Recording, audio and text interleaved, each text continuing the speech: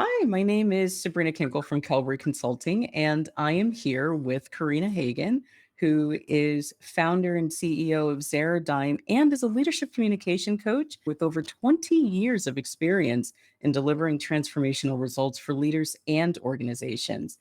And she's really had a tremendous impact on the bottom line. And I am so incredibly excited to have Corinna here. Hi, Corinna. How are you? Hi, Sabrina. Yeah, thank you for the warm welcome. I want you on my shoulder.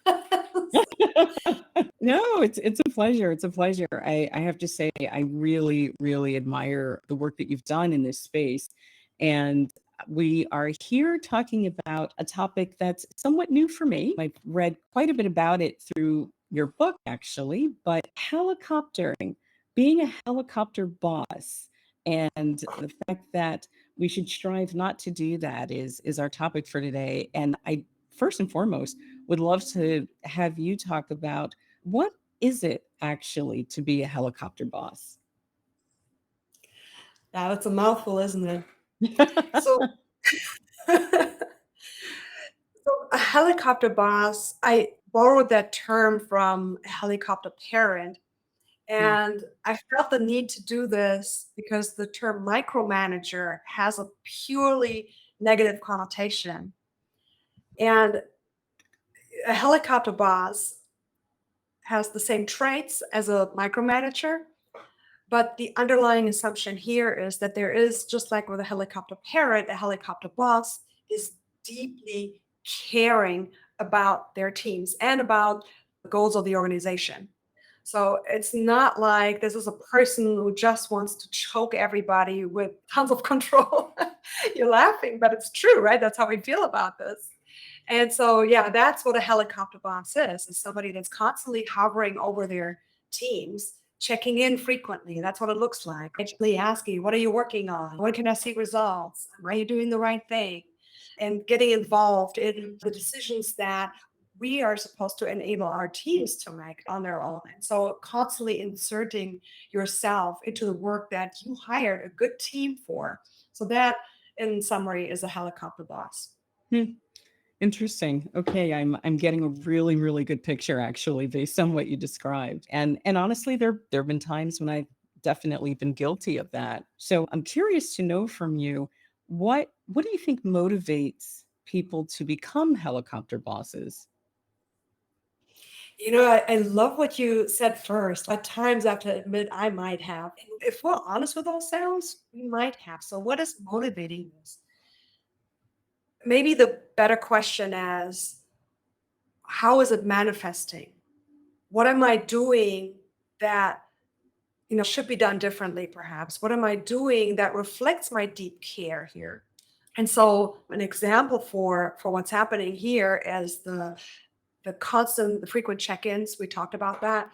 But very often organizations where you find people that are helicoptering or are micromanaging is this culture or this embracing of a constantly filled calendar where meeting culture is embraced, where there are constant desires for synchronous meetings. Everybody needs to be in the meeting. There needs to be back-to-back meetings. And the busier your calendar is, the more productive you are. That's a flawed assumption, as we know. I've seen a cartoon or some meme going around where somebody said, "Oh my goodness, my last Zoom meeting for the day, I can finally begin to work." Right? You begin working after most meetings, which should not be the case. And so I thought that was interesting, but that's one of those signs that we might be in that micromanagement helicopter, treadmill, if you wish. And so this meet love, as I call it, like this love for constant meetings, this gathering of everybody in one spot and not allowing for people to just go their separate ways and do their productive work and allowing to have them come up with the solutions without you being constantly present. That's typically a sign of what's happening there. And it's based on unclear expectations, whether you are clear about the expectations or your team is clear. And that these are two different topics to address. So it's one thing to make things clear for your team, but if you don't have clarity yourself on what you need to achieve as a team and how everybody contributes, and you haven't effectively communicated that, then you're not having clarity yourself, but you're also confusing your team. It's when you constantly call in and say, "Oh, here's what I need you to do next." Yeah. And so that creates confusion because you just set a goal in at a meeting that you just had, and now you're calling in again with another goal. And what you need to have in that case as the manager is you need to have clarity for yourself or where you're going and where this fits within the greater priority. If you have that clarity, you won't feel the need to constantly drop another thing on people's laps and saying, "Oh, here's another thing you need to focus on right now." You can say, "These are the greater priorities, and you need to align all these other demands within that. Here's what I expect from you at the end of the week, end of the day, end of the month." That makes a lot of sense, definitely. And I can really appreciate what you said about the work culture. What you've described is something that we do hear a lot about. And it seems like there is this pressure placed on leaders to really, be in this position where, the question is, how do you know that your employees are even working? Or how do leaders know that their teams are even productive? And these are some questions that come up quite a bit. Yeah, yeah, really great point. But the underlying assumption, Sabrina, is how do I know they're working when I can't see them? Well, what's the underlying assumption here? Hmm. The assumption is the equation of presence equals productivity. And you and I both well know that just because somebody's in the room doesn't mean they're productive, right? I can sit at my desk all day long. What I do with my time is a whole different thing. And so it's interesting because, especially since we're talking about remote work now more than ever, and that it has become such a controversial topic for no good reason, because it's the same thing whether you work in an office or at home, that you have to establish certain mechanisms of leadership, certain principles of leadership that enable you to lead well and enable your team to do the work. Granted, not everybody has the same preconditions in their home environment and then also from their personality to organize their work. But this can be learned, and you as a leader can enable it. But making the blunt assumption that just because somebody is sitting in an office equals productivity is a very flawed assumption. You will not get people to be more productive just because they're there. So it's time to look deeper into what you need to do to establish clarity to enable your teams to be productive. That makes a lot of sense. And so I imagine, based on what you're saying, that there are a lot of problems with the helicoptering approach. And it's one that a lot of leaders fall into, maybe even if they're not 100% aware of it. What are some negative consequences that come up with this? Good question. First of all, usually meeting in these synchronous settings, right? Where it's Mm. meeting after meeting. Now you're not allowing your team to do contemplative work or deep work, right? Where they're being productive, producing results that require some thought work or some research or some collaboration among separate teams with some subject matter experts. And so you're cutting that off if you're filling the calendar just with meetings. That's one thing. The other thing is, if you don't have clarity, your team won't have clarity. But even if you have clarity, then it is your duty to communicate that effectively. And so to do that, you need to set clear expectations. But if you, and that's happening a lot with helicopter bosses, if you communicate everything as urgent and important at the same time, then chances are nothing is, right? Because nothing is important if everything is. You just level the playing field again. And that's how your team will treat it. You'll call again. "Oh, this is urgent. You need to do it now." Okay, drop the other thing, do the next thing, right? That's how it goes. So that's counterproductive because now you're not getting things done in a proper order. And I think the third negative consequence is, and this is in my opinion, the biggest sacrifice you're making is the loss of trust. You're Mm. losing the trust of your team, right? If you're constantly checking in, you're signaling to your team, "I'm not trusting you." That's why I'm checking in constantly. I'm not trusting that you understand what you need to do. I'm not trusting that you are doing what you're supposed to do. And so I'm constantly checking in to see whether you're doing that. And so that lack of trust that you're showing turns back into resentment and into lack of trust in your abilities. And the other part is true too. If you constantly communicate something else as urgent and important, and you're not prioritizing well, then it seems like even if you feel like you have clarity, it seems to other people that you don't have clarity because you're communicating everything as a priority. So people think you don't know what you're doing.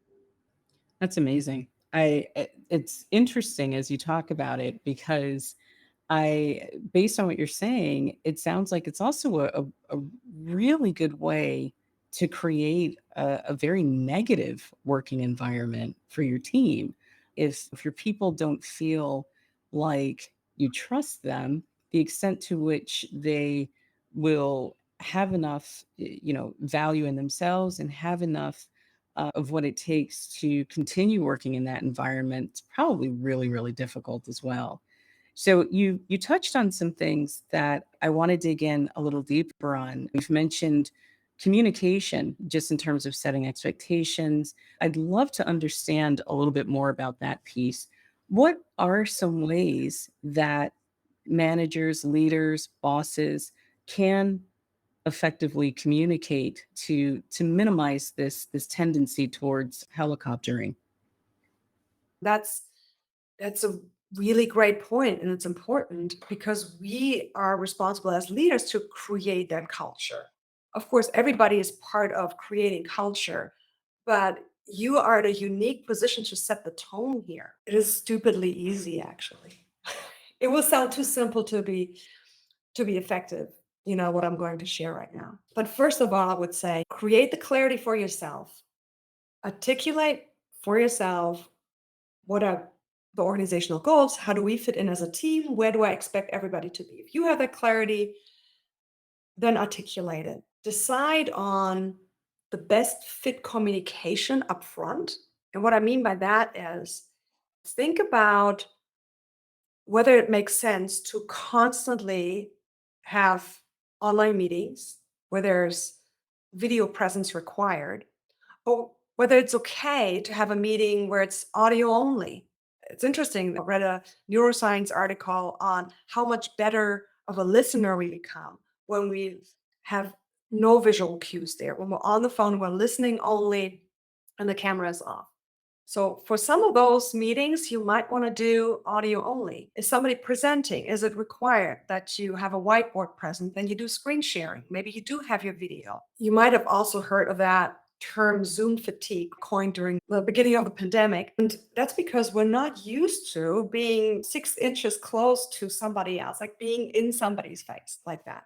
Right? That's unnatural. It is contributing to that fatigue. So think about whether or not that's constantly necessary, whether you have set times where that's okay. And then also thinking through what mode of work is required to achieve these results. So if you need 2 or 3 people to collaborate on a document together and they're in different time zones, then is it needed that they set time aside for a video meeting, or is it better that you find collaboration technology that enables them to asynchronously work? And then you find times where they regather and work on their combined results. And then also thinking about how much time you need to free up for your team in order to deliver those results. Maybe you want to grant your team the freedom to say, hey, look, guys, Thursdays are free days to schedule however you need to. We will hold this date free for any meetings. We'll not schedule any meetings there. And also thinking about how you engage with your communication tools. Now they're all there, but that doesn't mean they all have to be used all the time. If you're constantly messaging somebody expecting that they always respond, and some organizations are like that, then you're constantly interrupting people. And just like good interruption marketing, people become ad blind. And so it's the same way there. Yeah. If you don't want people to respond anymore, keep annoying them frequently. And so think about when it makes sense to send somebody a chat message, and maybe also set some rules for your team. Communicate your expectations, share with your team what the company's goals are, what that means for your team, how you break this down into your KPIs, and set your quarterly and weekly goals, but then also share what you expect from each individual and have them repeated back to you. That little cycle of having them repeated back to you sounds so simple, but is so effective because early on, when you hear that there's a misinterpretation or misunderstanding of the expectation that you have, you can correct it right then and there. And then I would say frequent check-ins are usually based in trying to see where are we on the map, right? Are we getting closer to the goal? And that's a valid thing to ask for. Nothing wrong with that itself. But just like the annoying kid in the back of the car asking, are we there yet? Are we there yet? It's not productive. So a better way of doing that is, and she's laughing, a better way of doing that is establishing mile markers. Say, here is when we check in, like this is where we are, this is when we pass the mile marker, and have a report that everybody can see. You don't need an hour-long team meeting every day or every week in order to check status. Status can be reported visually or just in a few minutes. You don't need a meeting for that. You can now shift your focus. It frees you up for the bigger things where you can focus on what's not working. How can I enable my team to remove all those obstacles so we can move forward? How can I assess any of the risks that need to be removed? And so that's the advantage of shifting away from helicoptering to finding other methods of checking in with your team. So I love what you mentioned, just in terms of helping leaders with figuring out what are some effective ways to communicate and set expectations. The check-ins part, that part I want to talk about just a little bit more, only because there's such a range, right? For some people, checking in once a week is perfect. For others, they might feel like, oh my goodness, am I really talking to my boss again? I just talked to him or her, them last Friday. You know what I mean? What is something that bosses can do where those check-ins are concerned? I mean, I don't know if maybe related to the cadence, maybe related to making sure that what's covered during those meetings. How do you balance that and still get what you need out of it without helicoptering? That's a very good question that you have to solve that on an individual basis because you always fit into the greater picture of the organization. You're not operating in a vacuum as a team. So this will depend on the organization's interaction with each other and the cadence you have set there, but then also your personal needs and what is warranted as something that makes sense for the type of work you're doing. So if you're an emergency response team, yeah, you probably have hourly check-ins or more. If you're not an emergency response team, you're not in need for having that daily. Well, there are organizations and there are also types of projects, a type of work that requires daily stand-ups, as we know. So again, look at what makes sense for the type of work you're doing and the result you're trying to produce. Now, in the book we are mentioning helicoptering and the type of communication, I have provided a whiteboard example where you can early on with your team think through the types of communication channels that you have and the projects that you're working on, the type of work you do, and what the best fit channel and cadence and type of communication is for you to stay updated. That's fantastic. And speaking of Corinna's book, her book is called High Performance Virtual Work: How Leaders Create Effective Virtual Workplaces. And we will share some information on that. You'll have access to that via a link. But the roadmap that Corinna talked about is amazing. And so, in hearing all of this, I imagine that there are some leaders who see this as being extremely valuable, but might also need maybe a personal touch point, because we all know that depending on the team, depending on the situation, depending on when you've entered the organization, maybe it's a team you've inherited as opposed to one that you've cultivated. We know that leaders have different needs, and sometimes they need a little help. So what would you suggest for those leaders where they want to really integrate some of these tips, but they need just a little bit more direction. Yeah, for a leader that needs a little bit of help, just book time on my calendar. We can talk about this and find a way for you to navigate the new team that you're working with. What you can also do is consult with a peer leader and ask questions. What are the expectations here? What kind of culture have I walked into? If you're new to the entire organization, you're inheriting a team, you're inheriting all the expectations too. And it doesn't mean you can't change them, but you have to be aware of how things were done before you march in a different direction there. That's fantastic. Well, I really want to thank you for taking the time to go over this information. I think it's incredibly relevant, especially in today's workplace. And for those of you who do want more information, you can get Corinna's book, High Performance Virtual Work: How Leaders Create Effective Virtual Workplaces, through the link that we'll share. If you want to follow her, you can connect with her on LinkedIn or Twitter, or subscribe to her newsletter called Leading Choices, where she addresses leadership and career development topics. And as Corinna mentioned earlier, there is an opportunity to book time with her. Corinna works with a number of leaders to help them with this very topic, and we'll share the link on how you can connect with her. So, Corinna, thank you so much. It's been a pleasure. And until next time.